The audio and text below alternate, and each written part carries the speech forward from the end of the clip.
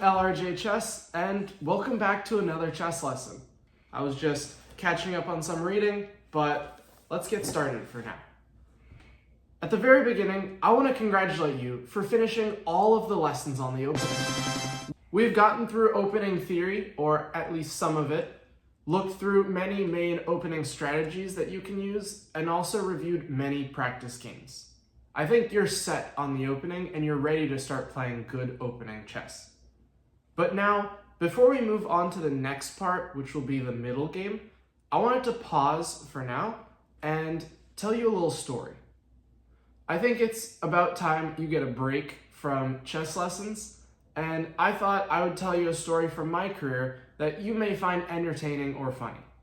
Even though I'm an international master right now, I've had many blunders and made many mistakes all throughout my career.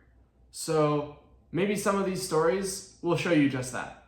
I also have a lot of stories that I would love to tell you, ones that I was really proud of, ones that I'm really disappointed in, and anything along the range of the spectrum. But there would be too many just to fit in one video. So my plan is to spread them all around and sprinkle them throughout the channel. We'll definitely be focusing on the middle game in upcoming lessons, looking at tactics and different strategies that you can use, but maybe after a couple of videos, there might be another story. My hope, besides trying to get you to laugh at my stories or see how silly I was when I was making mistakes, is to get you to realize that I was once a beginner too. And if you think improving in chess is really daunting, it really isn't. As long as you love the game and are determined to improve, that alone will take you very far. I want you to see that throughout all these stories that I tell you, the joy for chess was always there. That's what makes some of these stories so much fun, and also what makes the sad stories less sad, because at the very fundamental part of it, I still love the game, even if the story was sad. I know exactly what games I'm thinking about right now, but that'll be for another lesson. My point is that it'll be nice to take a break from studying and lessons just for a little bit of entertainment. So sit back, relax, grab some popcorn or snacks if you want, because I'd like to welcome you to the LRJchess Chronicles. And without further ado, I'm going to start this first story on my chess beginning and my very first tournament. Let's get into it. So my chess journey didn't start like a lot of other players. I started when I was 9.5 years old, which, if you don't know, is very late. Most players start around the ages of 3 or 4. They're surrounded by master level players and clubs to help them improve. They have access to programs like ChessBase and Chess.com, ones we've used many times in these lessons and you've seen how helpful they are. And they're just surrounded by chess, which makes it really easy for them to fall in love with the game and learn and play as much as they want. I grew up in Marin, so most people were more focused on sports. Basketball, soccer, baseball, they were so much more important than a game like chess. Whenever I told someone that I played chess, the response was usually, chess. Is that kind of like checkers? So as you can see, I didn't really have that many people to play with. But I had my dad. So the way I learned about chess was actually by a Harry Potter movie. If you remember, in the very first Harry Potter movie, The Sorcerer's Stone, there is a scene where the main characters have to venture deep into the Hogwarts castle and they find a wizard chess board. Now, they're tasked with beating the opponent to advance, and when I watched this scene and saw all of the pieces just move on the board and they would capture each other and destroy each other, and it was really cool to see as a 9-year-old boy. I fell in love with the game. I thought it was amazing. And I turned to my dad and I asked him if that was a real thing or if it was just one of those wizard type things. My dad told me that was chess, and he gave me a book and he told me to read the entire book, and if I was still interested by the end, then he would teach me the game. So for the life of me, I can't actually remember what this book is called, which is sad because I loved it. It was a short little picture book of chess, and it depicted all of the pieces more as an army. But it showed you how the pieces moved, it gave you the general strategies of the game, and it was just a book meant for kids to enjoy learning about chess. And needless to say, I was hooked. So I went back to my dad, I told him I would love to learn. He pulled out a board, and we started right then and there. So he taught me general strategies, he taught me different ideas, he taught me some openings on what to do to start, and then we would just play. Now, my dad is a good player. Back then, he was just a beginner too. But when we would play, he would always beat me. He would never let me win. I know a lot of people will purposely make a mistake just to let the kid feel nice that they get a victory, but that wasn't my dad. He told me that if I was going to win, it needed to be because I was better, not because he let me. Think about it. If you're playing chess in a tournament, you're playing against other people that also want to win the game. They're not just going to give you the game and let you win. You need to be the one that takes that win and defeats your opponent. That's what my dad wanted to teach me. So the moment I did beat him, after weeks and weeks and months of playing and losing and reviewing the games and finding my mistakes, the one time I did beat him, I knew I won because I was better. That was such a great feeling. Now this continued on for a long time. My dad and I would play, and at school I joined the Marin Scholastic Chess, which was an after-school chess program run by Jeff and Lynette Gordon, two of the most influential people in the Marin County chess scene, which I am eternally grateful for. They really helped my love of chess. They connected me with other kids who love playing chess, and it was just something that I could do with my friends after school. And I loved the game even more, and I got so much better after that. So I'm so thankful for them, especially because I'm recording this on Thanksgiving. I think that feels perfect. So that's how I started. So what I want you to understand from this little part is there's no right or wrong way to start playing chess. In and of itself, it's a game. It's not a competition unless you want it to be. You can pick up this game whenever you want, wherever you want, how old you are. It doesn't really matter. As long as you have someone to play with, whether it's in person or online, you can play chess and have a great time doing it. Even though I started at 9 years old and was years and years behind the other people at my age range, it made me more determined to try and catch up to them and show them that even though I started late, I can be better than them. And at this point right now, I think there's only one person in my main age and friend group that I would play with that is better than me. He is a grandmaster now, he is also a very close friend, and he will also be the subject of another video on our rivalry. But for now, let's pause here and let's move on to my first tournament, because I think you're going to find that one interesting. Alright, so it's time for me to tell you about my first tournament. It came 6 months after I learned how to play the game of chess. So I had a lot of time to myself to study, to play with my dad, to play with friends at Marin Scholastic Chess, but finally I wanted to test my skills against real opponents. So I played in a tournament in the St. Mark's School. This was a small 3-round quad tournament, which means there were 4 people to a group and everyone would play everyone once. The person who won the most games would emerge the winner and would get a shiny trophy. I played in the lowest section because I had just started, so I was an absolute beginner in terms of chess tournaments. Every other person in my section had an ELO rating. In chess, ELO ratings are numbers that describe how strong you are. Simply, the higher the number, the stronger you are. There are different ranges that can describe how strong a player is. I'll have a chart right up here that you can see, but basically, when you're under 1200, you're considered an amateur or a beginner, and then each range above that, every 200 or 300 points or so, increases your class level until you get stronger and stronger. When you hit 2000, that's a huge milestone because that's considered the expert rating. 2200 is considered the master rating, And then from then on, past 2200, 2300, 24, 25, that's where you really get into the strength levels of the international and grandmasters. However, there are certain requirements that you have to achieve to actually get these titles, so it's not enough just to get that rating to immediately have that title. As a side note, there's also a completely separate rating system used in Europe and literally everywhere outside of the US called a FIDE rating. And we can get into that a lot later, but just know that there are two rating systems, which is going to be really complicated.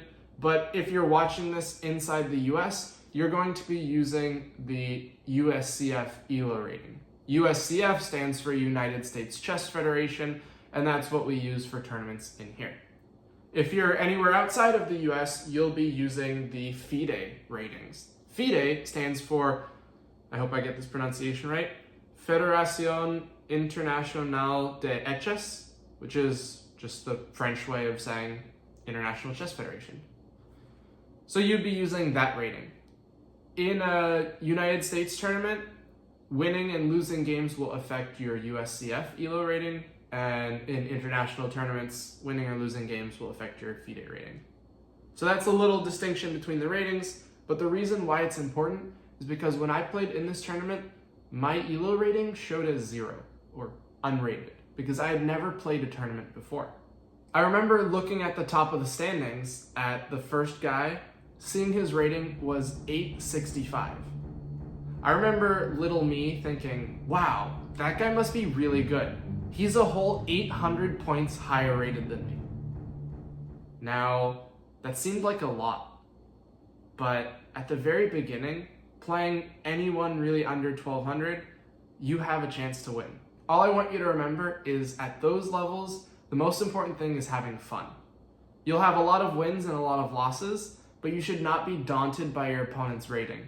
If you play someone stronger than yourself, that's a great chance to show you that you can fight the stronger players and you can defeat them. So, my entire goal was to have fun and to play some chess, and maybe I could win and get a shiny new trophy. In the first game, I played an opponent who was rated 589. So still massively higher rated than me, but I was up for the challenge. It was a tough game, but in the end, I actually won. And I felt stoked. I played in my first ever tournament game and I won it as well. Things were going in the right direction. However, after the game, Jeff Gordon was there and he asked me for my score sheet. I was kind of confused with what he was talking about. I played the game, I won the game, I marked the result, but he wanted a score sheet. Now, if you remember, in chess tournaments, you need to record your games. You need to have that little scorecard, and you need to write down all of the moves that are played for both you and your opponent. This was my first tournament. I didn't actually know that. So I didn't have a scorecard or a notation sheet that I could turn into him. If you need a little bit of a refresher on chess notation and all of that stuff, I actually made a video of it. You can find it right up there. And that'll give you everything you need to know about this new language that you'll be using when you play in tournaments. So what I did after finding out I needed a score sheet was I took a blank one from the table and I went into a corner and started writing moves. About 10 or 15 minutes or so later, I came back to Jeff Gordon and I handed him my score sheet. I remember him saying, "So, you did have a score sheet?" And I responded, "No, I just wrote down the game from memory." I remember him being really surprised. My dad was too. As an aside, this was a skill I was incredibly lucky to have right as I started. The ability to remember the games I had played move for move right after I'd done it. And this is something that stayed with me throughout my career. I believe it's something easily practicable where you can try and do it yourself if you can't fully remember your game as well. It'll take some practice, definitely, but it's not something that you're just born with. It's something that you can definitely work on and have as well. I like to mess with my friends sometimes because I can look at their games and look at their notation sheet and kind of remember how their games went as well, and then replay their games for them if we want to review it or something. It always gets the similar response, but I think it's fun. And it really helps if you're trying to review a game, but you don't have your notation on hand, when you can just play through the moves and remember, hey, I made this mistake over here. I should have done this. It's a great tool to help you learn from your mistakes as well as just remembering your own games. I won't say that I remember all of my games, because I don't, but I definitely do remember my biggest losses, no matter how painful they were, because they serve as great learning lessons. I also remember some of my biggest wins because they were important to me in my career. But okay, let's get back to the story right now. In the second round, I played someone rated 821. He's actually someone I knew from the Jeff and Lynette Marine Scholastic Chess School. We played a long game, and I might have been losing at some point, but I do remember drawing that game. So when you draw, it's a tie and both sides get half a point instead of 1 or 0. So at that point, I was going into the third round with 1.5 points out of 2. The guy who I drew as well also had 1.5 points out of 2. So I knew I needed to win my last game to have a shot at winning the tournament. In the final round, I played someone rated 550, and I knew that if I won, I would get first place. After a tense struggle, I did end up winning. And with that, I did get a shiny new trophy. One that has stayed with me all this time. This was my very first trophy, and it's one that is very important to me as well, because it reminds me how even if you start on a victory, there's always more to come. There's always more work to do, and this was just a really fun way to start my chess journey. So I always keep this trophy just as a reminder of how much fun chess is and how much more there is to learn.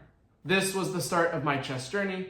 My first tournament was a victory, with a lot more to come and a lot more shiny trophies to come as well. My chess rating also went from 0 all the way to 958. That may seem like a massive rating gain, but I was still at the beginning levels. I still had a lot to learn, and I was ready for it. I was having so much fun playing and winning that even if I lost, I didn't really mind, because just playing chess was fun to me. And that's still what I love about this game.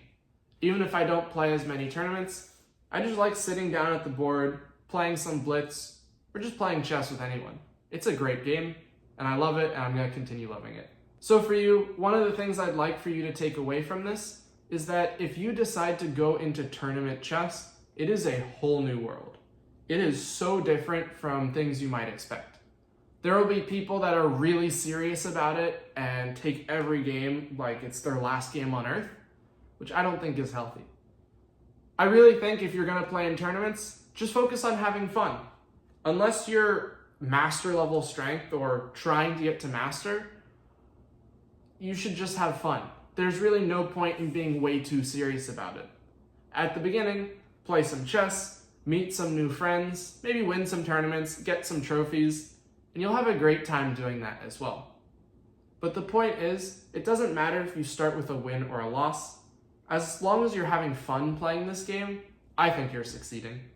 And at the same time, you'll be introduced to an amazing world of new people that you never would have met if you didn't play in tournaments. If you need to find a place to start, I'd totally recommend the Mechanics Institute in San Francisco, the Berkeley Chess School if you're in the East Bay, or really check anywhere around your local chess clubs that you can find to try and play in tournaments. The USCF webpage is a great place to look for tournaments, but if you're anywhere in Northern California, I definitely start in those places. But in the end, whatever you choose, just remember to have fun. And if you do pick the mechanics, maybe I'll see you there. That's it for this first episode of the LRJchess Chronicles. I hope you enjoyed this little story, and I'll see you in the next video where we'll start on the middle game.